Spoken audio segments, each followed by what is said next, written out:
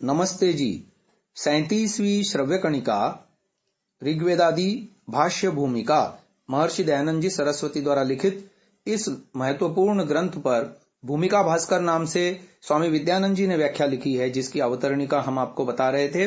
गत श्रव्य कणिका में वेदों में आए आख्यानों को इतिहास से संबंध जोड़ करके बताने वाले कैसे अज्ञान में हैं, इस बात को लेकर के गत श्रव्य कणिका तक 6 प्रमाण बताए गए। 7वां प्रमाण आज प्रस्तुत कर रहे हैं। ऋग्वेद 10:75-5 के जिस मंत्र के आधार पर आर्यों के सप्त सिंधु यानी 7 नदियों वाले देश में वसने की कल्पना की जाती है, वहां 7 के स्थान पर 10 नदियों के नाम दिए हैं। अगले ही मंत्र में लखनऊ के पास बहने वाली गोमती का नाम भी आया है। भगीरथ का द्वारा गंगा के लाए जाने से बहुत पहले वेद प्रादुर्भूत हो चुके थे। गोमती की गिनती तो नई नदियों में ही की जाती है। वस्तुतः इन शब्दों को नदी परक मानकर इनकी संगति नहीं बैठती। भौगोलिक वर्णन से इन मंत्रों का कोई संबंध नहीं है। यहाँ आध्यात्मिक स्रोतों और शरीरस्थ विभिन्न नाड़ियों का वर्णन किया गया है। कालांतर में इन्हीं मंत्रों से शब्द लेकर नदियों का नामस्मरण कर दिया गया। अगला प्रमाण आता है 8वां। अथर्ववेद में 8 चक्रों और 9 द्वारों वाली अयोध्या नगरी का नाम भी आया है, पर यह वह अयोध्या नहीं है जिसे इक्ष्वाकु ने बसाया था। यहाँ अथर्ववेद 10:2-31 एवं 32वें मंत्र में उस अयोध्या यानी स्वस्थ सुदृढ़ होने से अजय नगरी से मतलब है, जिसके विषय में गीता में कहा गया है नवद्वारे पुरे देही, अर्थात जिसमें देही यानी आत्मा यक्षमात्मन्वत निवास करती है। जिस हिरण्यमय कोश शिरोदेव कोश अथर्ववेद 10:2-27 में देव यानी इंद्रियां रहती हैं और जिसे ब्रह्मविद लोग ही जानते हैं। ये बातें ईंट पत्थर से बनी अयोध्या में कैसे घट सकती हैं भला? वास्तव में वेद मंत्रों के ठीक ठीक अर्थों की प्रतीति निरुक्त सम्मत निर्वचन के द्वारा ही हो सकती है। वेद मंत्रों में आए नामों और लोक में उपलब्ध नामों में समानता गुणों की समानता से वेद के गृहीत नामों के कारण है, ना कि वर्तमान में जो जिनके नाम है उसके कारण से वेद में इतिहास सिद्ध किया जाना चाहिए। मंत्रगत विशेषताओं तथा घटनाओं के आधार पर इतिहास में वर्णित व्यक्तियों ने अपने नाम रख लिए अथवा अपने अनुकूल विशेषण बदल लिए। आज भी चुगली करने वाले व्यक्ति को नारद, क्रोधी को दुर्वासा, अत्याचारी को हलाकू या चंगेज खां, दुष्ट मामा को कंस और इसी प्रकार सत्यवादी को हरिश्चंद्र, पतिव्रता नारी को सीता सावित्री, दानी को कर्ण आदि पुराने नामों से पुकारे जाते सुना जाता है या उन विशेषणों को लगाए जाते भी सुना जाता है। जब ज्ञान का एकमात्र आदिम स्रोत वेद ही था और वैदिक भाषा ही सृष्टि के आदि में मनुष्यों की एकमात्र भाषा थी, तब मनुष्यों द्वारा रचे गए पदार्थों के नाम वैदिक नामों से भिन्न कैसे हो सकते थे? मनुस्मृति के इस श्लोक में यही तो बात कही गई है। सर्वेषां तु सनामानि कर्माणि च पृथक पृथक वेद शब्देभ्य एवादौ पृथक संस्थांश्च निर्ममे। मनुस्मृति 1:21। सृष्टि के आदि में ज्ञान देते समय परमेश्वर ने सब पदार्थों के नाम, कर्म आदि बता दिए। उन्हीं नामों का मनुष्य प्रयोग करने लगे। यौगिक प्रक्रिया अनुसार वैदिक शब्दों के भिन्न भिन्न अर्थ हो जाते हैं। ऐतिहासिक व्यक्तियों के माता पिता ने वेद के इन शब्दों के आधार पर ही उनके ऐसे नाम रख दिए हैं। इन व्यक्तियों के नामों की और वेद के शब्दों की श्रवण मात्र की समानता है। इसके अतिरिक्त वेद का इन ऐतिहासिक व्यक्तियों से कोई संबंध नहीं है।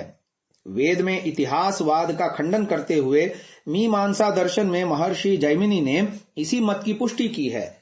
वेद मंत्रों में प्रयुक्त लंग, लुंग, लिट लकारों की क्रियाओं से प्रतीत होता है कि वहां कभी पहले घटी बात का वर्णन किया जा रहा है। इसमें संदेह नहीं कि वेद में इन तीनों कालों का प्रयोग यत्र तत्र प्रचुर मात्रा में उपलब्ध है, किंतु त्रिकालाबाधित वेद में भूतकाल का प्रयोग कैसे संभव है? इसलिए पाणिनि के मत में लौकिक भूतार्थवाचक लकारों का प्रयोग वेद में नहीं है। उनका कहना है छंदसी, लंग लुंग लिटः। अर्थात इन तीनों लकारों का प्रयोग धातु का अर्थ मात्र बताने के लिए किया जाता है। काशिकाकार ने इसकी व्याख्या में लिखा, छंदसी विषये धातु संबंधे सर्वेषु कालेषु लुंग लंग लिटः प्रत्यया भवन्ति। महाभाष्यकार ने पतंजलि का भी यही मत है। अतः इन लकारों के प्रयोग के कारण भूतकाल की क्रिया मानकर अर्थ करना और उस अर्थ के आधार पर वेद में इतिहास सिद्ध करने की चेष्टा करना वेद और व्याकरण दोनों के साथ अन्याय करना होगा। अब आगे बात आती है वेद में पुनरुक्ति की। पुनरुक्त दोष वक्ता के प्रमाद को प्रमाणित करता है। वेद में अनेकत्र यह दोष पाया जाता है।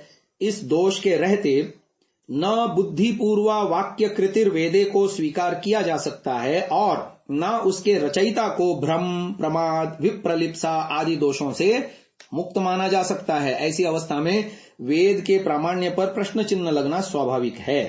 यह तो हो गई पूर्व पक्षी की बात। अब इसके उत्तर में कहते हैं, किसी बात को बार बार कहना पुनरुक्ति कहलाती है। शब्द और अर्थ भेद से वह दो प्रकार की होती है। जब किन्हीं शब्दों को बार बार कहा जाता है तो वह शब्द पुनरुक्त कहता है। जैसे नित्यः नित्यः अथवा शीघ्रम गच्छ अथवा शीघ्रम शीघ्रम गच्छ अथवा शीघ्रम गच्छ गच्छ। जब भिन्न भिन्न शब्दों द्वारा एक ही अर्थ को बार बार कहा जाए तो अर्थ पुनरुक्त कहता है। जैसे नित्यम शाश्वतम अथवा अग्निमेळे पावकम स्तौमी। यहां शब्दों की आवृत्ति न होने पर भी प्रयुक्त शब्दों का अर्थ एक ही है। पद, पाद, अर्धर्च, मंत्र और सूक्त भेद से पुनरुक्ति 5 प्रकार की हो सकती है। पहला है पद पुनरुक्ति, जहां एक ही मंत्र में एक या अनेक पद बार बार प्रयुक्त हों। जैसे उपत्वाग्ने दिवे दिवे, ये ऋग्वेद 1:1-7। फिर दूसरा प्रमाण है मन्मरेजति रक्षोहा मन्मरेजति, ऋग्वेद 1:129-6। तीसरा प्रमाण है यजुर्वेद का 1:6 कस्त्वा युनक्ति सत्वा युनक्ति कस्मैत्वा युनक्ति आदि। फिर चौथा प्रमाण दिया ऋग्वेद के 4:57-2 का मधुमंतम मधुश्च्युतम। उपर्युक्त मंत्रांशों में दिवे, मन्म, रेजति, युनक्ति तथा मधु पदों का एकाधिक बार प्रयोग हुआ है। ये पद पुनरुक्ति हो गई। अब पाद पुनरुक्ति, इसमें जहां पूरा पाद यानी चरण पुनः पुनः अनेकत्र प्रयुक्त हो। जैसे तन्मे मनः शिव संकल्पमस्तु, ये यजुर्वेद के 34वें अध्याय में प्रथम मंत्र से 6ठे मंत्र तक लगातार प्रयोग हुआ है और प्रत्येक मंत्र में।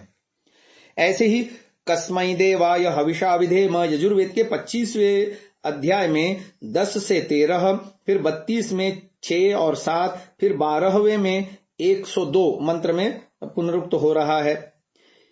इंद्रायेन्दो परिस्रव, ऋग्वेद के 9वें सूक्त में संख्या 112, 113, 114 के प्रत्येक मंत्र में प्रयुक्त हुआ है, पुनरुक्त हुआ है। मखायत्वा मखस्यत्वा शीर्षने, यजुर्वेद में 36 से 36वें अध्याय में 3रे मंत्र से 10वें मंत्र तक बार बार प्रयुक्त हुआ है। तस्मै ज्येष्ठाय ब्रह्मणे नमः, अथर्ववेद में 10:7-32 से लेकर 34 तक तथा 10:8 एक मंत्र में भी प्रयुक्त हुआ है। सजनास इंद्र, ऋग्वेद के 2:12-1 से 14वें मंत्र तक है। अर्चन्ननुस्वराज्यम, ऋग्वेद के 1:81 से लेके 16वें मंत्र तक। अपनः शोषु चदघम, ऋग्वेद के 1:97-1 से लेके 8वें मंत्र तक। अब यहां पूरा पाद चरण एक ही मंत्र में पुनरुक्त हो, वो बात भी उदाहरण में बता रहे हैं। पहला है त्र्यंबकम यजामहे सुगंधिम पुष्टिवर्धनम, यजुर्वेद 3:60। फिर प्रत्युष्टं रक्ष अरातयः, यजुर्वेद 1:29। उत्पुनामी सूर्यस्य रश्मिभिः, यजुर्वेद 1:31। मखायत्वा मखायत्वा शीर्षे, मखस्यत्वा मखायत्वा शीर्षने, ये यजुर्वेद 36वें अध्याय का 6, 7वां एवं 10वां में 3 बार तथा 8वें और 9वें में 6 बार आया है। मंडूका इवोदकान मंडूका उदका दिव, ऋग्वेद 10:166-5। तो ये हमने आपको पद पुनरुक्ति और पाद पुनरुक्ति के हमने उदाहरण बताए। आने वाले समय में कल परसों की श्रव्य कणिका में हम आपको अर्धर्च पुनरुक्ति तथा मंत्र पुनरुक्ति, इसके बाद सूक्त पुनरुक्ति के विषय में आपको बताएंगे। अब इसको यहीं विराम देते हैं। ओम।